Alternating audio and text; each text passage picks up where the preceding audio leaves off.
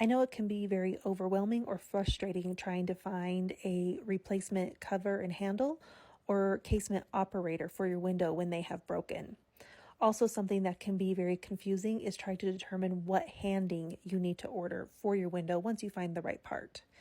Now, when you first purchase windows, the package for the cover and handle, they come labeled as left hand LH or right hand RH like this. But if you are the third, fourth, fifth owner of this home, you don't have this packaging anymore. So the one thing that Ashland did that's really nice is their covers just snap onto their operator. And when you remove that cover and look underneath it, it has a capital L for a left hand. So you know that this is a left hand cover and handle and also a left hand operator that it goes on to.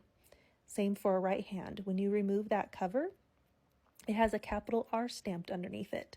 So you know this is a right hand cover and handle, which goes on to a right hand operator. Now, sometimes customers are confused because they're looking at this and they're like, well, that little hole is on the left when I'm looking at this. That's because you're looking at the window from the inside. So how can this be a right hand operator? Well, most of the time, manufacturers determine handing of a casement by looking at the window from the exterior and then by what side the window is hinged on. So if it's hinged on the left, it uses a left-handed operator. Now, the little caveat to that is for very narrow windows, a left-hand operator won't fit to operate the window, so they have to use a right hand, and it's called a reverse dyad.